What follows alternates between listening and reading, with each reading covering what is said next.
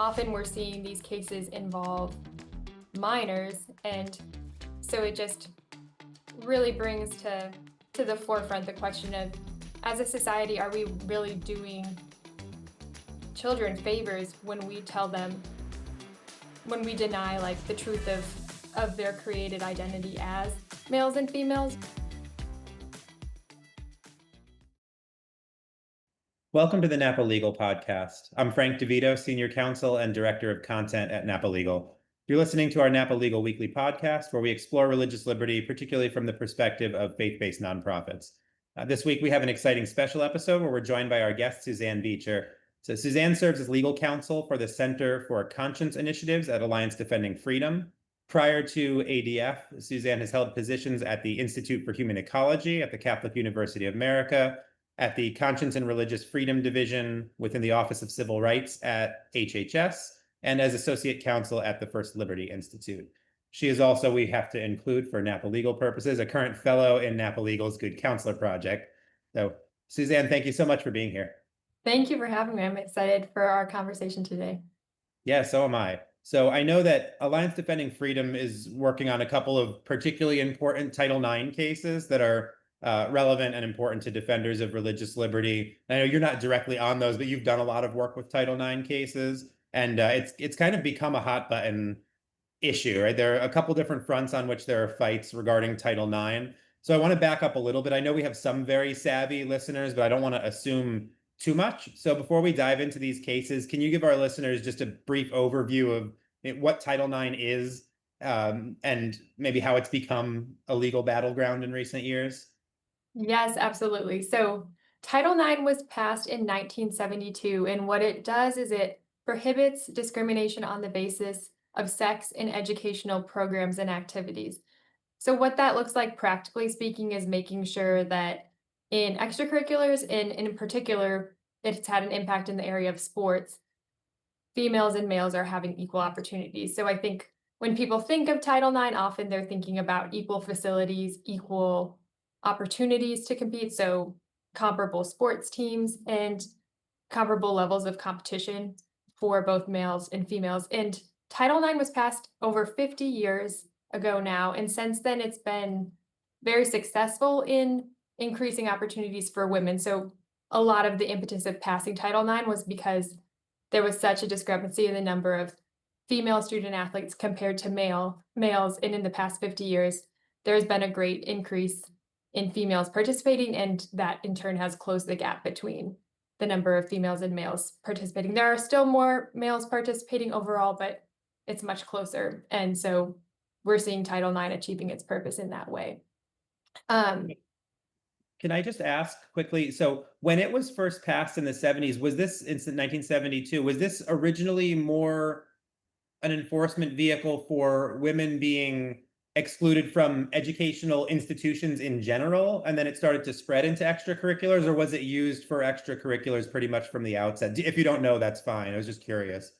I don't know a lot of detail on the initial passage, but I think it was meant to be kind of educational opportunities broadly. So there's, the BMI case of, can you have public schools that are single sex, and there's some separate analysis for that. And then there's been further regulations and specific actions in the sports context that have fleshed out it's the way that it works in that area. Sure. Going a little bit into what we think about with Title IX these days, it's actually a little bit it's kind of been turned on its head, because now when you're hearing about Title IX challenges in the news, often what's at issue is males who identify as females competing in, and in many circumstances, beating, displacing, and taking opportunities from women. So this raises concerns under Title IX of whether women's rights to equal opportunity are being compromised, and if this law is being violated. So oftentimes now the Title IX issues are not do women have sports teams, but is sex separated, are sex designated teams allowed, or does it need to be based on gender identity? Right. No, it's very ironic, and we'll get into this later when we talk about fairness and safety and some of the other issues surrounding this. But it is quite ironic to me that a program that was enacted to protect women's sports and give them a place in athletics is now being used to ensure that, or to allow men, biological men, to come in and dominate these same women's sports programs. It's that's my take, not yours or ADF's. But I mean, I do think Right. it's a little Certainly, bit. probably not what Congress anticipated when they passed Title IX over, decades ago. I think that's a safe interpretation of what Congress thought it was doing. Um, all right, so let's get into, we can talk about cases more generally, but there are two cases ADF is currently involved in. And as we said at the beginning, I know you're not directly involved in these two, but thought it might be worth mentioning since the Supreme Court agreed to hear both of them. So one is Hecox, and that's in Idaho. Do I have that right? And B.P.J, the other case is out of West Virginia. Yes, that's right. So we're excited that the Supreme Court has now accepted to hear this coming term two cases that are the first cases that are directly dealing with the issue of whether males can compete on female designated teams. And so the one, as you said, is Little versus Hecox, which is a case in which a male athlete who identified as a female is challenging Idaho's law, which was protecting women's sports. And then a very similar case out of West Virginia versus B.P.J, is also a case where a male athlete who wanted to compete on the girls' team challenged West Virginia's Save Women's Sports law. And interestingly, Idaho's law protecting the female category for female athletes was the first law of its kind, but now there are actually 27 states across the country who have laws that are like this. So these cases are going to have implications not just for Idaho and West Virginia, but all of these different states.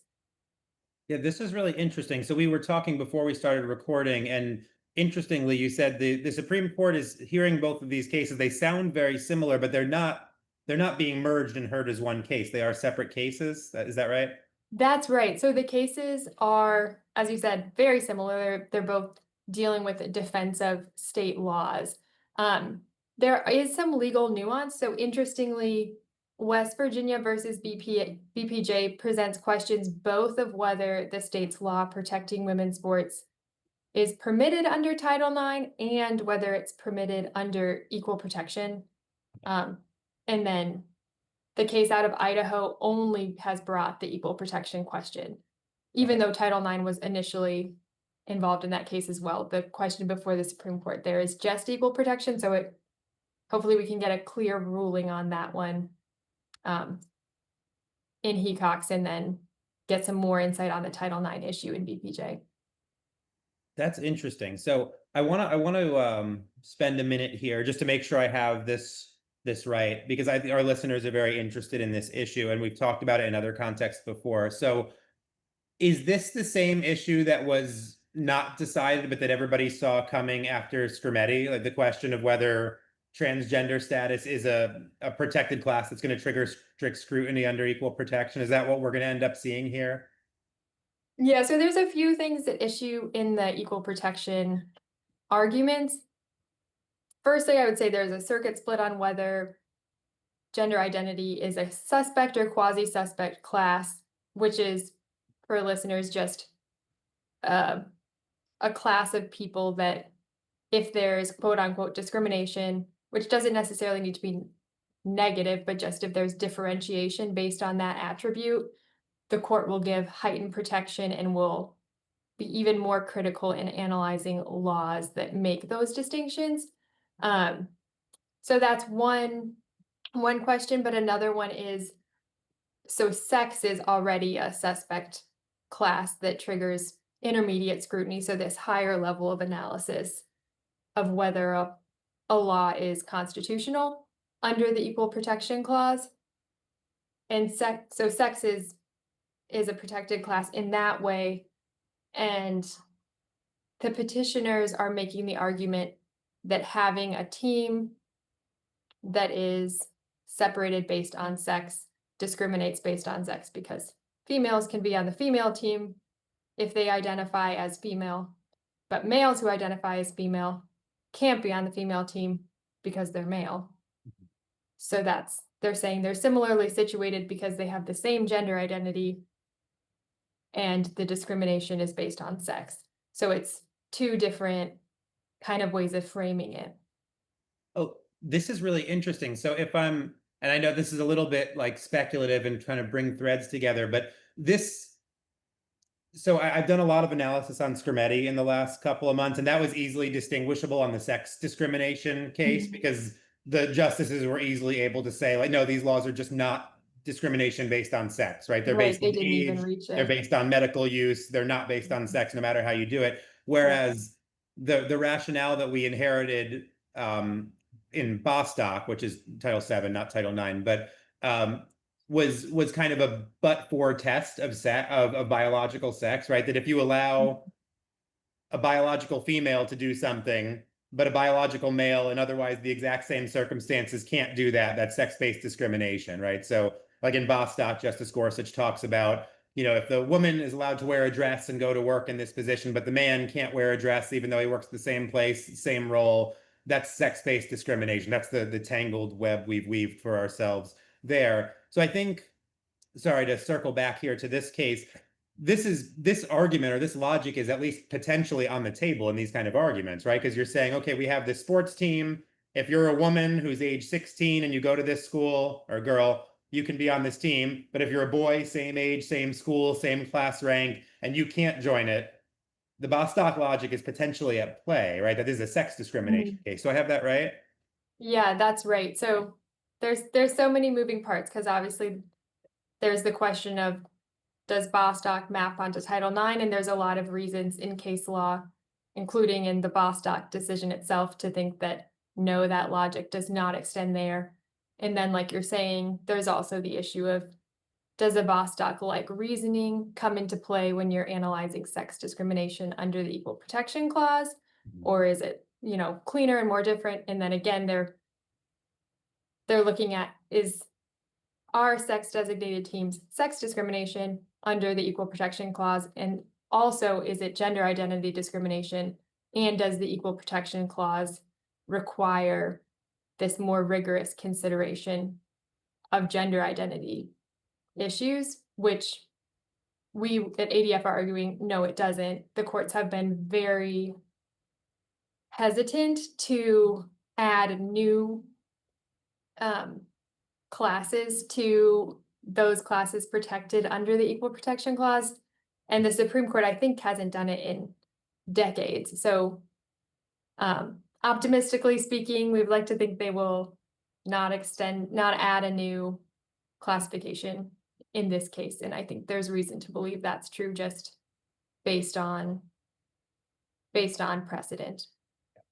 That makes sense. I think obviously you don't want to use past hints from dissents or concurrences to try to predict the future. But if I'm counting correctly, I think from the Scrimeti fallout, we have 3 justices who have said they would include transgender status as a class that warrants heightened scrutiny, right? That would be the three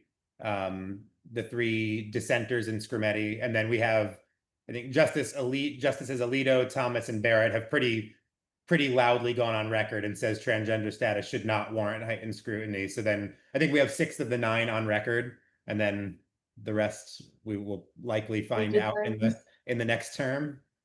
Yeah. I want to go back a little bit before we move on from this issue, just because I had given that argument from the plaintiffs in these cases that males who identify as female are similarly situated to females who identify as female. So this is sex discrimination. Just the response to that would be, in the context of sports, the biology would be the relevant consideration for what counts as similarly situated. Identity is not the relevant consideration when you're talking about competitive sports because the issue is fairness and safety. So physiology, biology is what you're considering. So males, regardless of how they identify, are not similarly situated to females for the purpose of this law.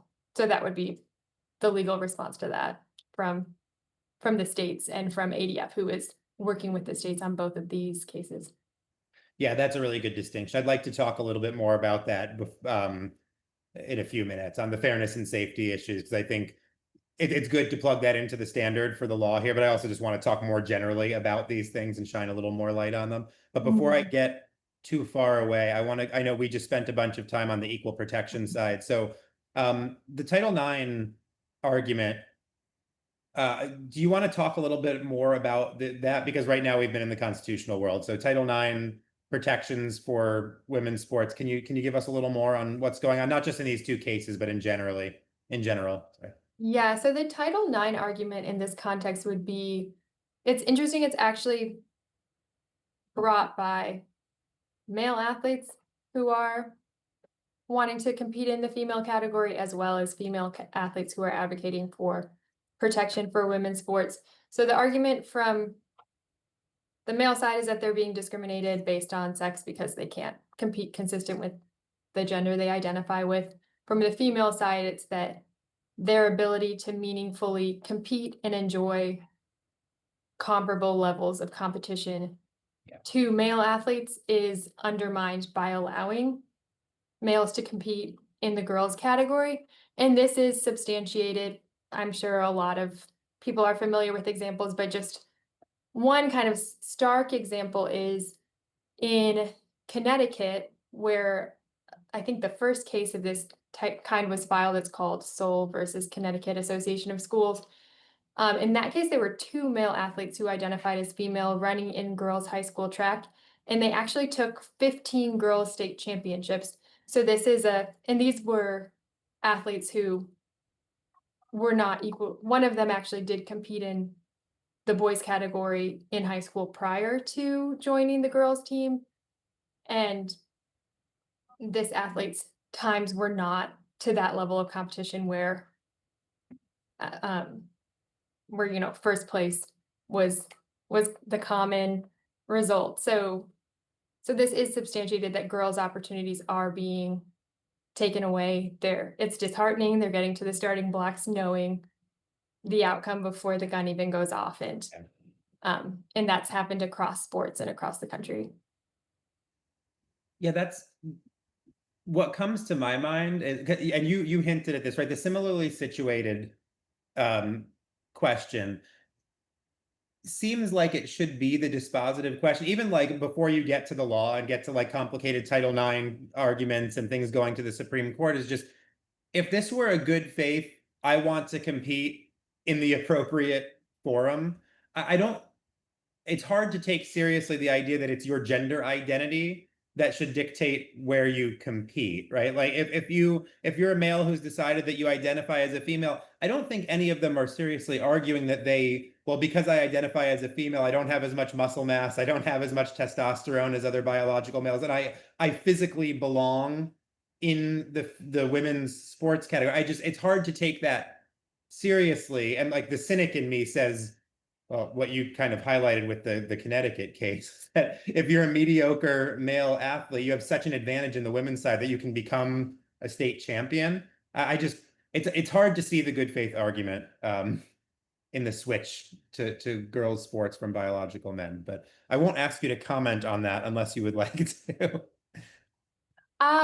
So I would just respond to that, kind of to highlight the fact that a lot of these states, the policies have no restrictions at all based on biology, based on hormone levels, any restrictions. So I think this does highlight the fact that there are arguments that the male advantage can be somewhat mitigated.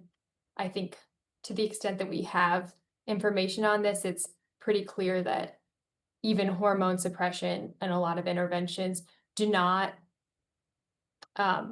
don't erase the meaningful advantage, but it may somewhat lower it. A lot of these states' laws have no physical requirements, and they may even have prohibitions on medical interventions for minors, which I think is a good thing, but it just underscores the point that you're making, that physiologically and biologically males are being allowed to compete in the female category, and there's not real disagreement about the fact that there is athletic advantage for males across, I believe it's every measure of physical fitness except for like flexibility. There's a Yeah. male advantage, and there's some areas this is particularly pronounced. Interestingly, running is one of the areas where the male advantage is less pronounced, and that's, highlighted a lot, but that's like a 10% advantage. But in strength sports, it can be upwards of 100%. So it's very, very pronounced and very documented. Yeah. Now you made a point earlier before we move into the general issues of fairness and safety and everything.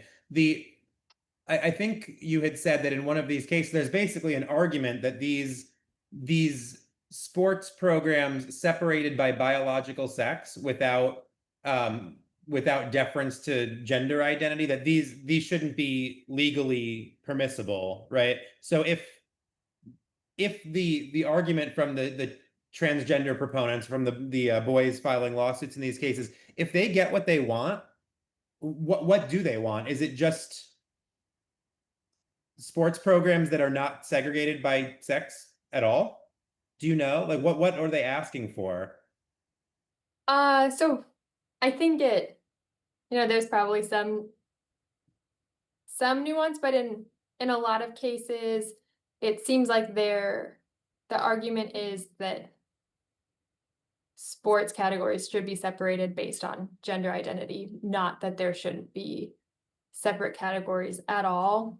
And that is actually the policy of a number of states. So states will have policies that require students to compete on the team of the gender identity they most consistently express, and they might not even allow students to compete on the team with their biological sex if it's inconsistent with their gender identity.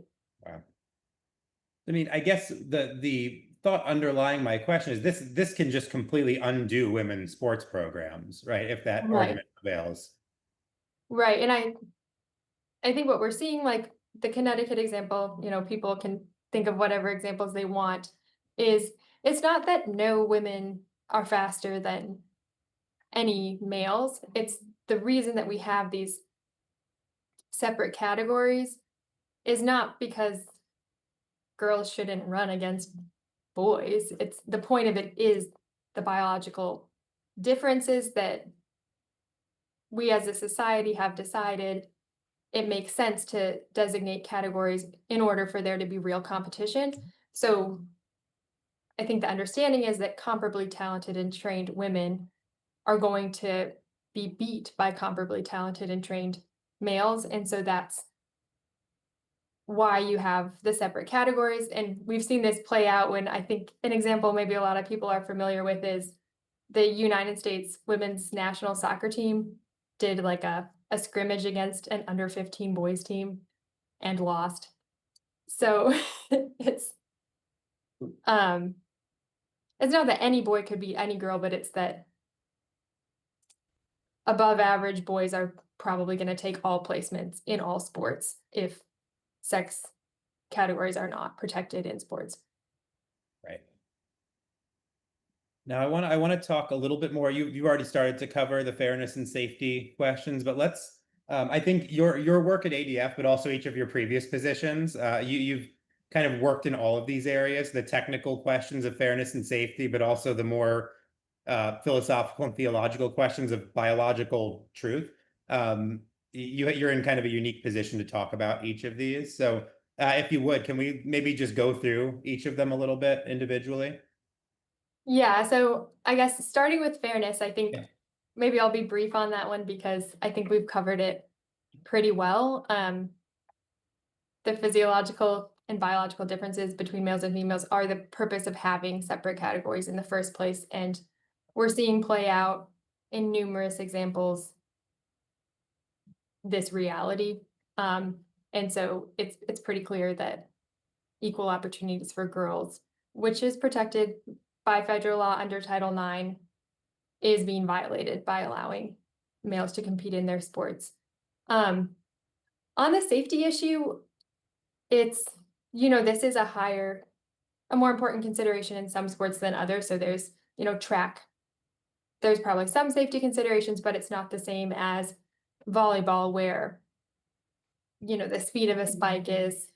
Yeah. It's just different in that the issues are not just with power, it's actually there's differences in bone density, there's differences in lung capacity, muscle mass. So women are not in contact sports, there are a lot of safety concerns. For women, if they're getting hit with a pitch thrown by a male versus thrown by a female, it's not uncommon to get, at least that's my understanding, to get hit by a pitch, but if it's by someone with physiological advantages and you have a lower bone density, like there's very real safety concerns Sure. for girls in sports. And there's also concerns that often they don't know that they're competing against a male because schools aren't telling them. The schools maybe aren't even required to know themselves. Birth certificates can be changed and not have any indication on them that there's been an amendment to the sex field.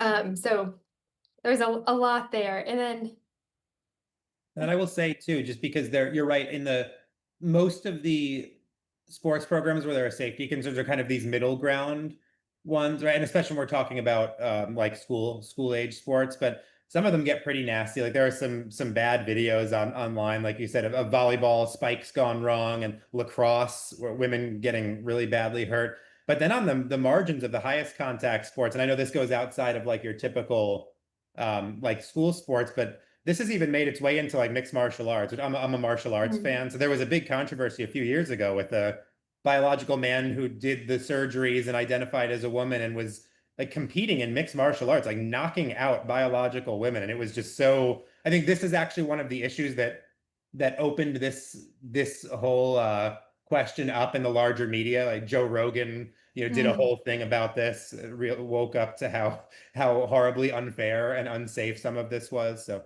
I know that's not what there aren't MMA clubs in like high school sports, but I think it's yeah, but important to note maybe that a the similar safety. thing is like rugby, and I think Yeah.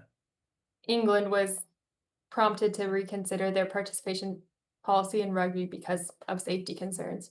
Yeah. Yeah. So they can, even in mainstream sports, the right bone density, muscle mass are a huge deal for safety as well as fairness. But it Right. can get pretty brutal because there are some pretty physical sports. Um, but sorry, let me give it back to you and talk about the overarching question of biological truth. Yeah, so I think the biological truth question is maybe less relevant to the Title IX consideration, but it really does. It is kind of important for all of these issues. And I think often we're seeing these cases involve minors. And so it just really brings to the forefront the question of, as a society, are we really doing children favors when we tell them, when we deny like the truth of their created identity as males and females? We know that, as we're both at religious organizations, um, creation and identity is it's given to us, and it's something that should be accepted as a gift, and our identity as male and female and the differences there are cause for celebration. And oftentimes when children are struggling with their gender identity, there are deeper issues there. And this, I won't go too into it, but this brings in to the conversation another Supreme Court case that ADF is litigating at the Supreme Court this next term, and that's the Kaylee Childs case, which is challenging a law in Colorado that prohibits counselors from allowing to counsel kids in order to regain comfort with their sex and with their identity as male and female. And this is despite evidence that counseling for these kids is helpful, and there's not significant known negative side effects of counseling, but there is significant known side effects. So many of doing medical interventions, not the least of which is setting kids up to be lifelong patients. And there are, of course, also unknown side effects to these interventions because they're new and largely experimental. So I think, yeah, that kind of the bigger, more moral question is, are kids being done a service by being told they are what they're not, if when they're struggling with confusion on their identity? I mean, a lot of children have questions regarding their identity, and it's never been the answer to deny reality. It's been the answer to come alongside children and people of every age and to help them grasp reality and to embrace their identity as they truly are. Yeah, no, that's a great point. And I don't want to go too far afield, but I think it's worth hitting that, the role of adults in formator positions for children is to help children embrace truth and reality, because children don't have an innate sense of reality. So I find it's particularly troubling when we're creating a culture where we embrace the identity claims of, like you said, usually minors, children who have a lot of trauma going on. Like there's something going on when people are deeply convinced that they are something that they are not.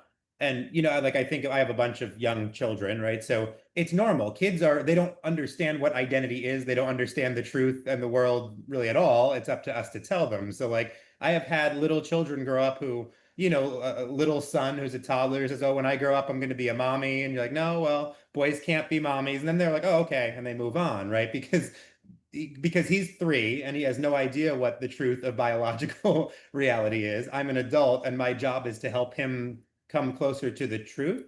And so I think only, yeah, there's no scenario in which allowing people to persevere in harmful falsehoods is a good thing that we should be encouraging as a culture. Sorry, again, I know that was a little bit tangential, but I think it's so important to fight these battles on every front to make sure that we're not encouraging people in positions of power to affirm lies.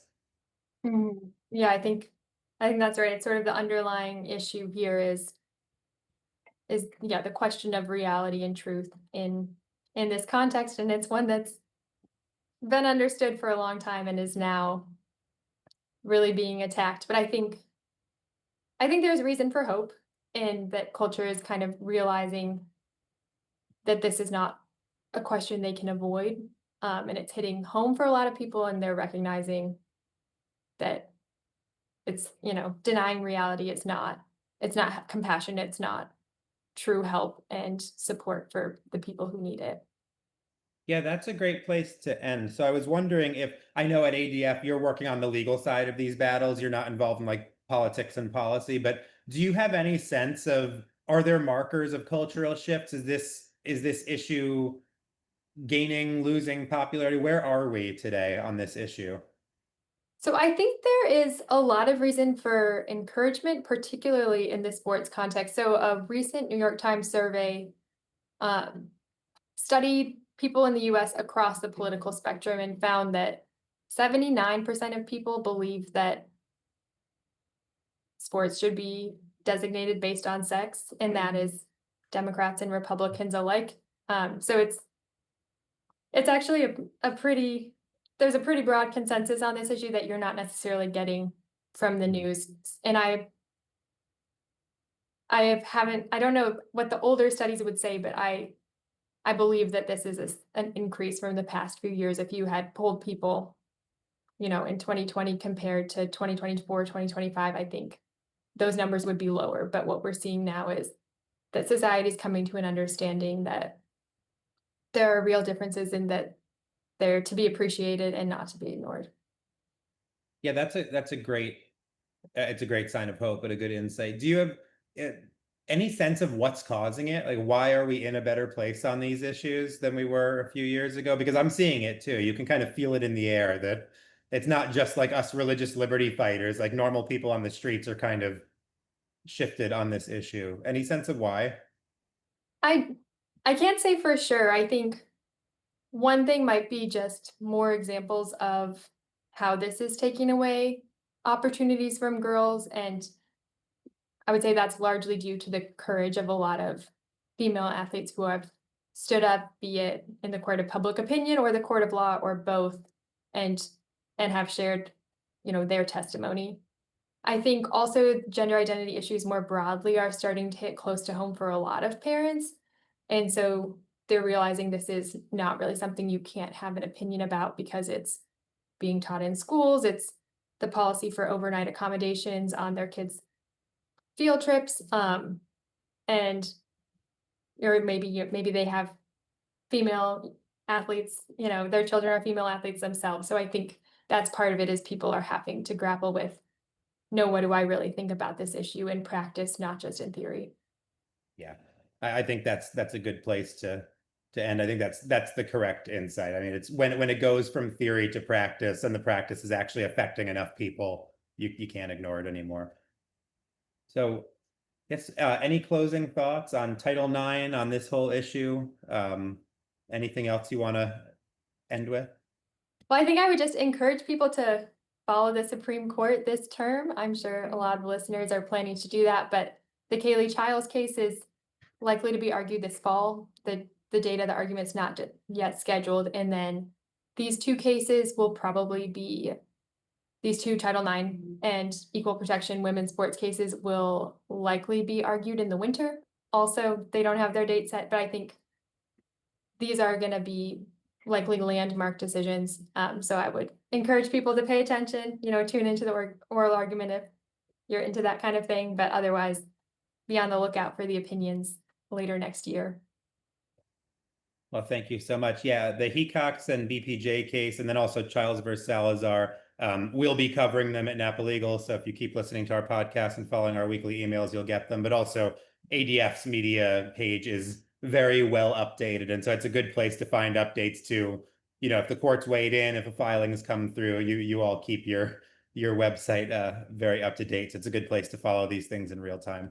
All right. Well, with that, Suzanne, thank you so much for joining us and helping our listeners understand this rather complex and multifaceted issue. So as we discussed today, I think it's really important for, the integrity of our nation's laws, but also safety and fairness for women, and just the fundamental need to ensure that the truths about the human person and sexual reality are protected in our society. So thank you so much for being here with me. Yeah, thank you for having me. I enjoyed our conversation. Yeah, likewise. So to our listeners, thank you as always for joining us for this episode of the Napa Legal Podcast. If you enjoy the content we're putting out, we always appreciate it if you like and subscribe on YouTube or Spotify or wherever you happen to have found us. So we hope you'll join us next week as we continue to highlight and discuss some of the most important ongoing legal issues that affect religious liberty and the work of faith-based nonprofits. We'll talk to you next week. Thank you, and God bless you.